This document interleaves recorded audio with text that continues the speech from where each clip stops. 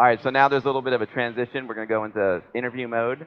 So I'm going to get the computer ready over here, and I'm going to invite Jeff Bruette up. We're going to show a little video, and he's going to talk about a really cool story about the Andy Warhol, Deborah Harry portrait that happened at the launch of Amiga event at Lincoln Center in New York City. Come on up, Jeff.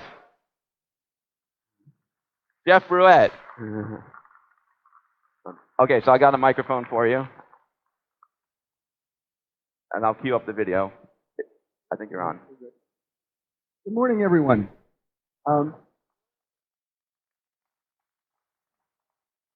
Just like Bill said regarding inability to speak German, I don't speak German. I failed it 2 years in a row in high school. So we're going to be going with English. But I'm going to be actually beginning with a little bit of a story how I was at Commodore and what led up to the Amiga launch, which is the main thing I'll be talking about today. I was actually a sales guy at Radio Shack, but I had a VIC-20 computer, and I kept calling Commodore, asking them different technical questions, to the point my questions kind of exceeded the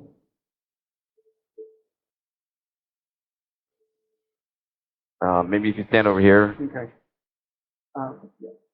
So, No, maybe not. In front of the speakers? anyhow, so it got to be the. Can you lower the stage monitors a little bit? Just getting a little bit of feedback.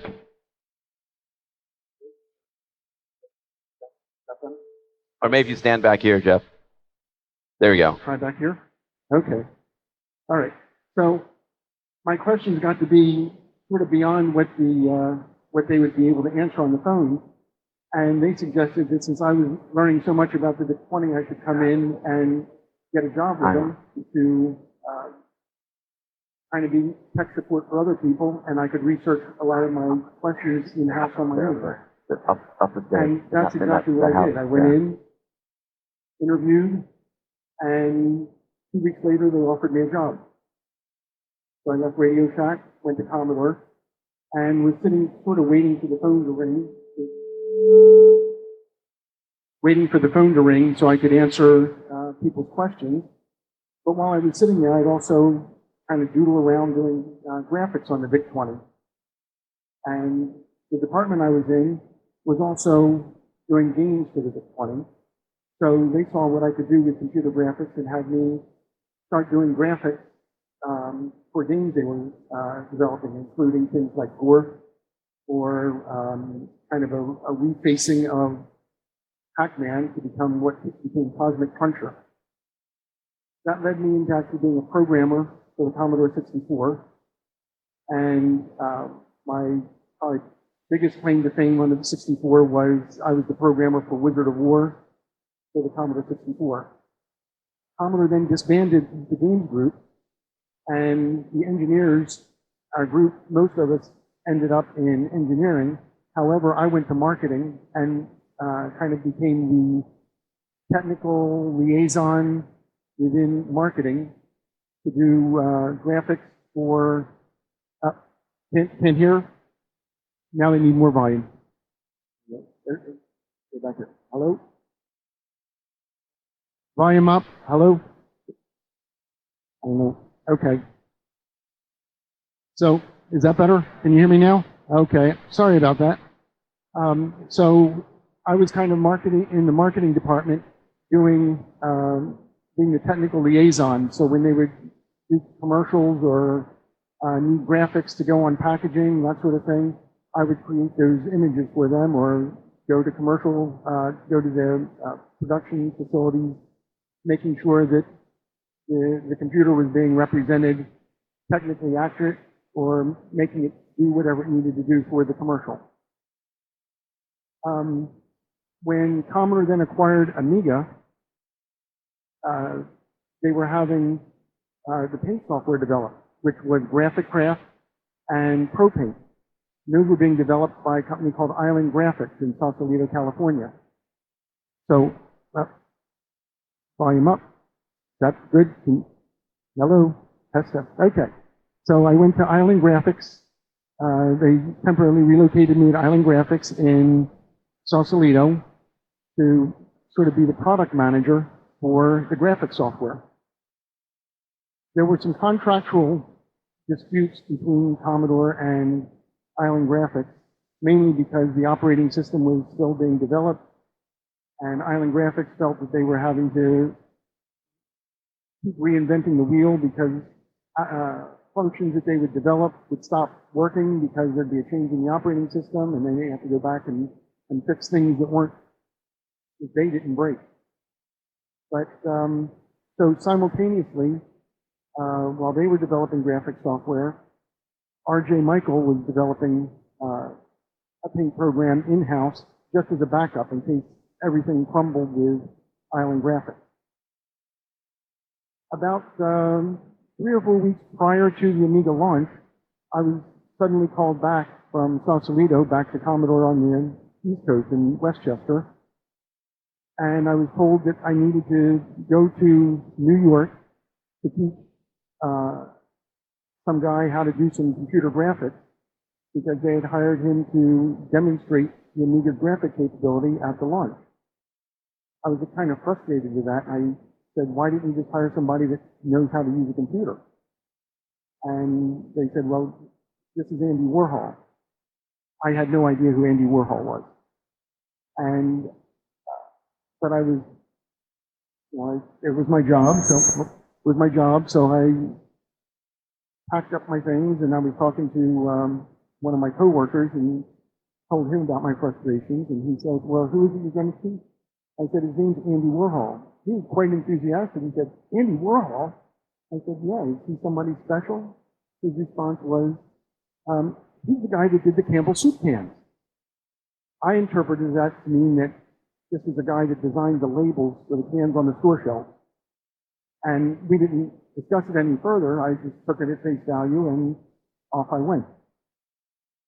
So I went to Andy's studio in New York and spent several weeks up there working with him, teaching him literally everything from how to turn the computer on to the left and right mouse button and so on. He was very excited about learning. However, it didn't stick with him real well. Even when it came to understanding what program to click to get the paint program to work, we had to rename it Andy so he would know which program to run so he would have the paint program. So I was actually, even while I was up there, I didn't realize his fame. I was more excited about the various people that would come by and to visit with him, like at the time, the music group The Cars was popular, and so Rick Ocasek from The Cars stopped by one day. So there was...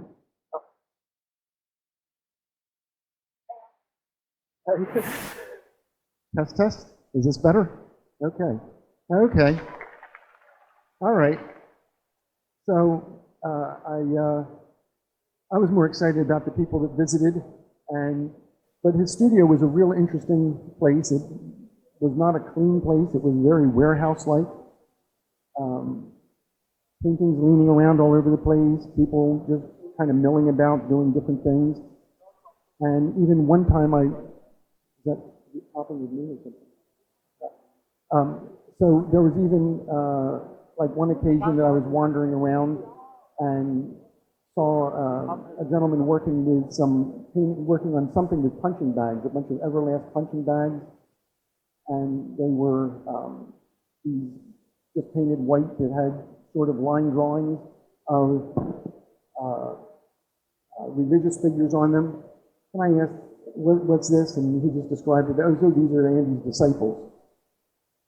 Many, many years later, I've now come to realize that the person I was talking to was who became a famous artist, Basquiat.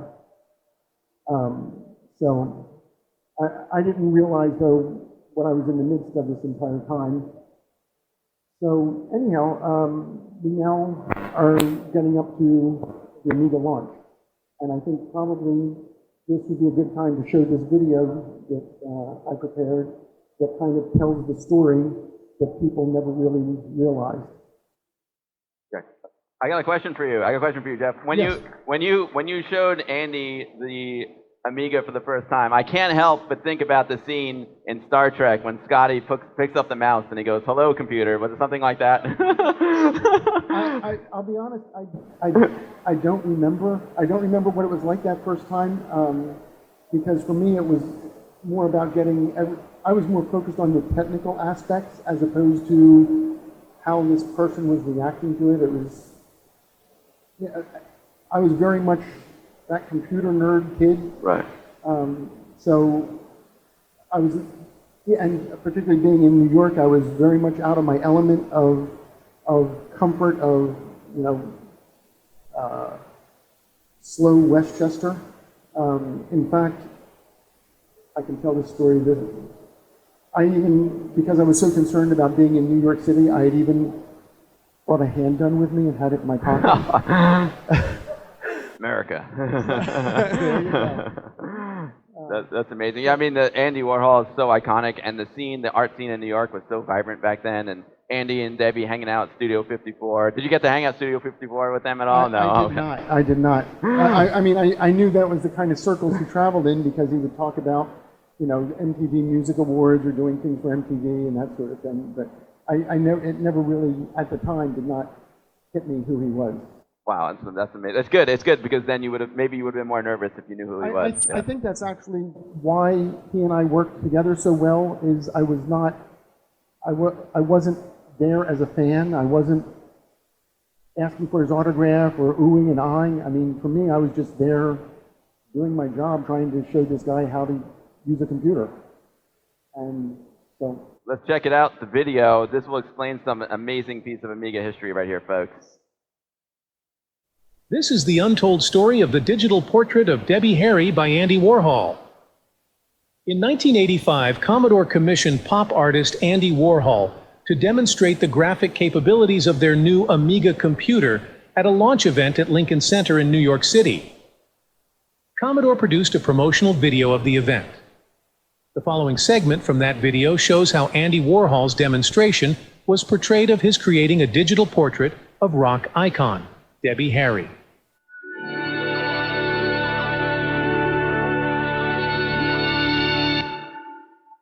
Good evening, ladies and gentlemen. Commodore welcomes you to Lincoln Center. We thought there would be no better way to do a creative demonstration than to invite one of today's most creative minds.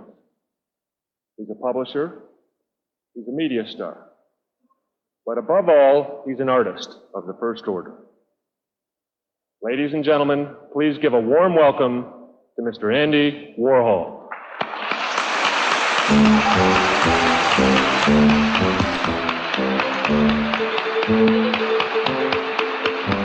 And with him tonight, as a model, is the famous recording star, Miss Deborah Harry.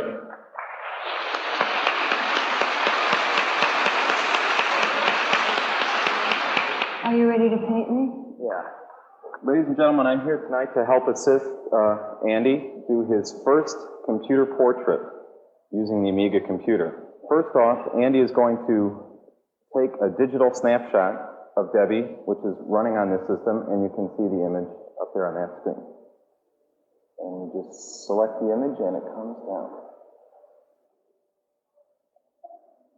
You found it to be very spontaneous. Yeah, it's great. It's such a great thing. What more can you say? Well, I can say a lot of things. Oh, that looks very good. So now we'll do the hair. So we'll go up to color. And pick yellow. Andy is selecting from the menu bar, which gives you all the features of the paint system, and he's selecting fill.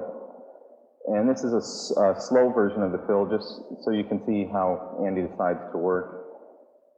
Now this is an instance of a leaky flood film. Yeah. Well, this is kind of pretty. I think I'll keep it. Okay. Oh, beautiful. Warhol original. In reality, this image of Debbie Harry was not created at the live event at all and was edited into their video. In fact, Warhol's diary entry reads, "The drawing came out terrible, and I called it a masterpiece. It was a real mess."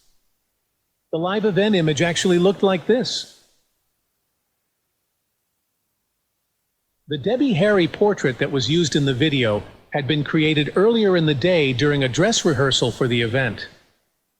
Luckily, select members of the press were on hand for the rehearsal and video recorded Warhol as he created the famous Debbie Harry digital portrait.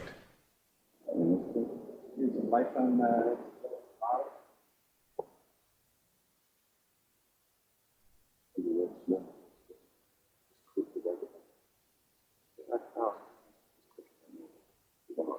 let's get more up here.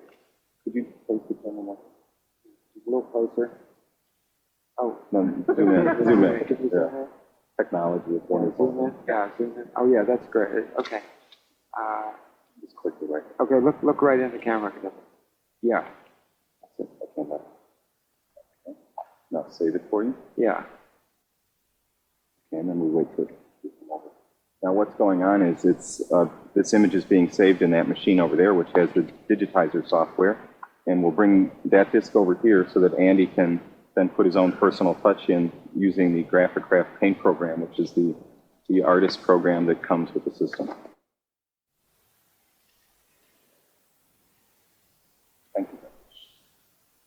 Okay, and I'll just let me just bring it down. And we'll take a look at the palette first.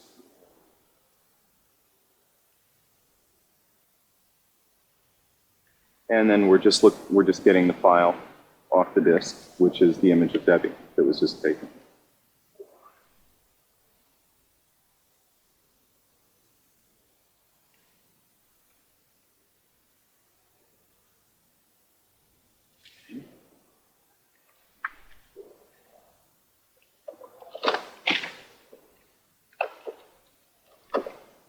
And there you are, Andy.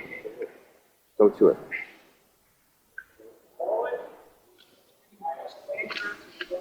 Oh, yeah, I'm choosing the color for the hair and the shape of the brush I want, or the line I want.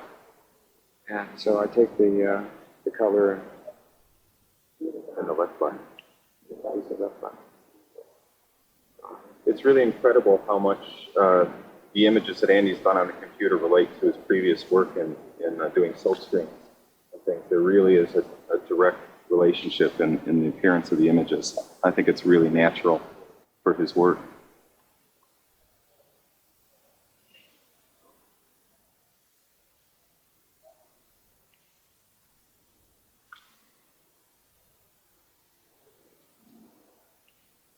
Now you've been working on this for about a week, Andy. Yeah. You feel it's pretty easy to learn? Oh yeah, it's well, it's the only one I've ever wanted to work on. Hmm. It's really easy.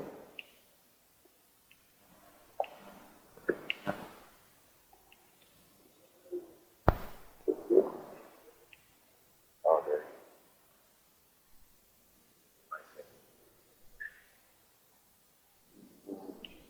It looks like a Warhol already.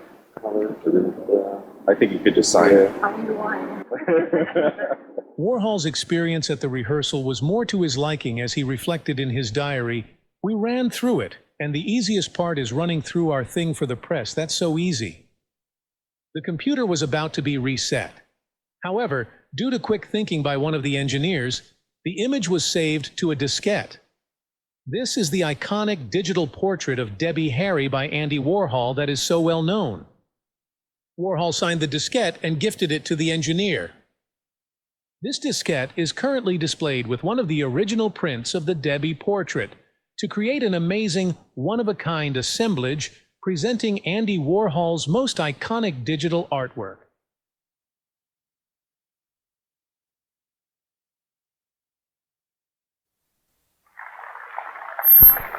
Hello. Okay. So, as you can see, what was been known for so many years and thought to be created at the Amiga launch event actually was not.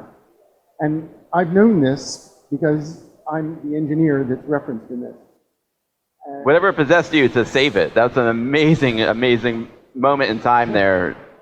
And it was all coincidental. In fact, the reason I saved it was not because it was Andy Warhol, but because it was Debbie Harry. And I thought that Andy would want to have this portrait that he had done of Debbie Harry. That's why I took the disc out, saved it, hunted him down and said, Andy, here's the disc of Debbie. And he said, you can have it. And for whatever reason, I can't tell you why, but for the first time I said, oh, will you sign it? And he signed the diskette, handed it back to me and said, here, it's yours. So I had it for all of these years. But then when we were editing the video and got to the part where it was supposed to be Andy, they had nothing but a bad image. And so I suggested a diskette that I saved from the rehearsal, maybe that would be better. And I showed the editor what we had. And he said, oh, absolutely, but how are we going to make it look like he's drawing something, because it's obviously a static image. So I actually unfilled the hair, and he recorded as I pretended to do the fills. That's why the image that you see in the launch video being filled is different slightly from the image that Andy's filling, because he had filled two areas, a black area and a white area, with the yellow hair. But when I unfilled it, of course, all the yellow went to black. So when I filled it again, it went yellow. But the image that's saved on the disc that I have is still the original that he created. I obviously didn't save over top of it. So that's the video that has become so well known. And another. The magic of film production. A little movie magic happening right there. Fix it in post-production. Yeah, exactly. So what did Andy, I mean, Andy is an accomplished artist. He does painting, but he also loves multimedia. Like, he also makes films. So he's very versed in technology and different mediums. What did he think of the Amiga? He loved the Amiga, loved everything it could do. His one complaint over and over again was wanting to be able to print. Because for him, he was very much a businessman. While he liked art, he was wanting to get the output in large format, because he thought if he could figure that out, he'd be able to crank out portraits of people and not have to go through the whole screen print process. He just wanted to do it on the computer, send it to the printer. But there were no printers really available at that time. In fact, the prints that were made of Debbie Harry's image, there was a contractual limit. Commodore could only print 3 copies. And we found a company that did prints of things like billboards and such, where they used a special printer, a drum-based printer, that printed the 3 copies. And I'm happy to say, some years later, the director of marketing was kind enough to gift me one of those prints. So I have the print along with the diskette. But his thing was about printing, not that he just really enjoyed what he could get on the screen. And he did use the Amiga also for a show he was doing for MTV called Andy Warhol's 15 Minutes. And he invited me back to his studio to help him do graphics for that.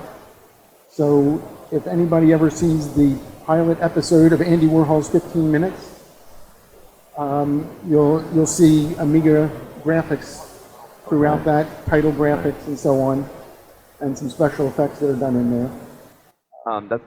That's amazing, Jeff. I want to show one more of your videos. You've got another video here, and it's just an interesting concept how Andy Warhol wanted to print the images. I found that interesting because the artist that I talked about in the opening, Samia Halaby, she said that the Amiga is the art. So she programmed the Amiga, and it's like the Amiga is actually making the art, so the Amiga is part of the art. So when she exhibits it, she wants to have her Amiga 1000 there, because she's like, I just give the Amiga commands, and it is the one that's actually making the art, not me. So it's an interesting contrast.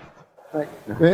This next video that Bill's going to be showing, I was asked to come to help Andy when he did the interview for Amiga World magazine. You may have seen it. The cover is like a digital photograph of Andy, mostly purple. I think it's one of the first Amiga World. Yeah, it's one of the most iconic covers of Amiga World magazine ever. And so I was kind of lucky enough a few years ago to get the actual photographs that were taken throughout that day, and I also had the digital images that were created throughout that day. So this little video is going to show some of those images and the photographs of him working in the studio.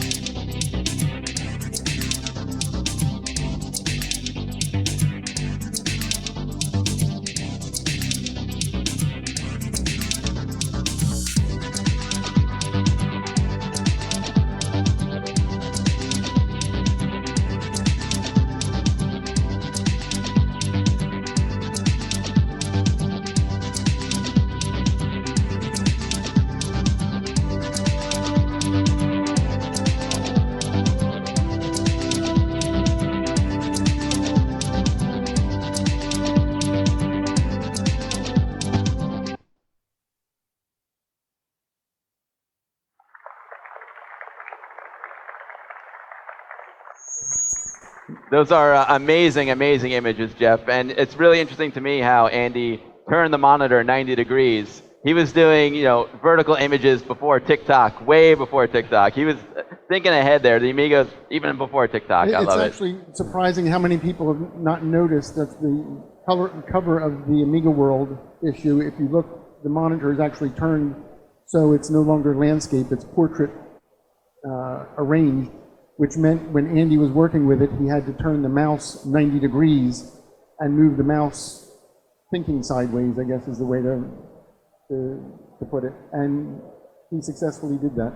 Well, unfortunately, we're almost out of time with Jeff, but if anyone has any questions, feel free to reach out. If you don't have them now, Jeff will be walking around the show, and he'll be happy to answer any questions that you have. Any questions for Jeff? Yes, Trevor.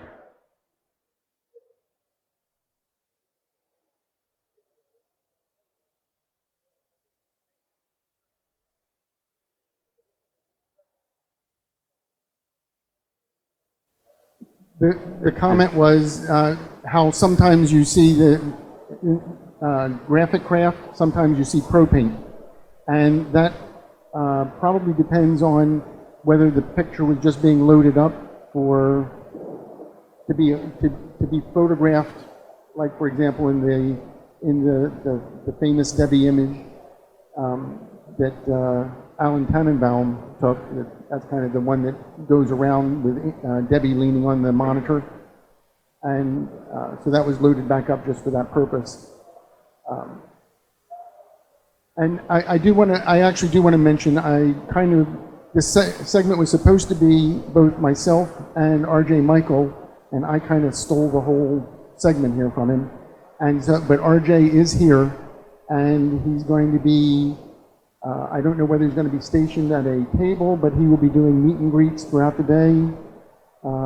Definitely wanting to see people and say hi to people. I saw him back there somewhere a few minutes ago. I don't see him now. But RJ is here and is looking to meet with people. Jeff, thank you. Oh, one more quick question. Yeah.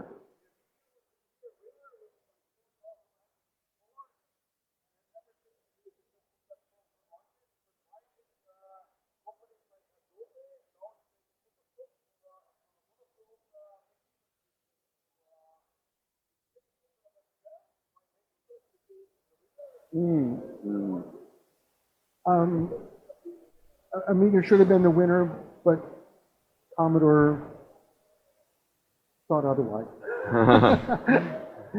Yes. Oh, okay. I'm being asked about the flood fill function and the storied about RJ was very concerned that the flood fill was going to crash. And there is some truth to that. To try to quickly explain it, as I mentioned, there was 2 versions of the paint program being done. There was the one at Island Graphics, and there was the one that RJ was developing. And RJ, of course, had total insight into the one he was developing. And but Island Graphics, once I was back east, they were constantly sending, FedExing new versions to the Commodore's New York office, so I was getting fresh versions.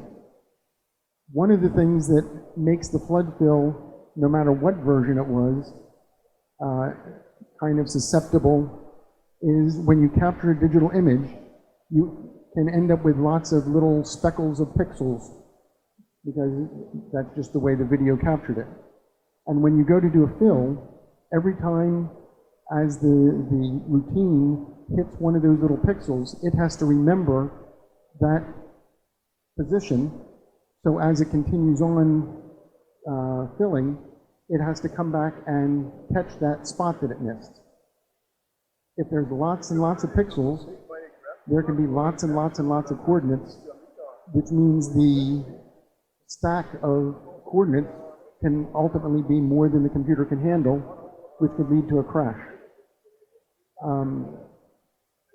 I know that I was confident with what we were using from Island Graphics, and so I think RJ was just particularly concerned about that possibility, not knowing if that could be a problem when the image was grabbed. But once you had the image grabbed that didn't have lots of those speckles, it was kind of clear sailing. Jeff, thank you so much for sharing your incredible story. It was an absolute pleasure.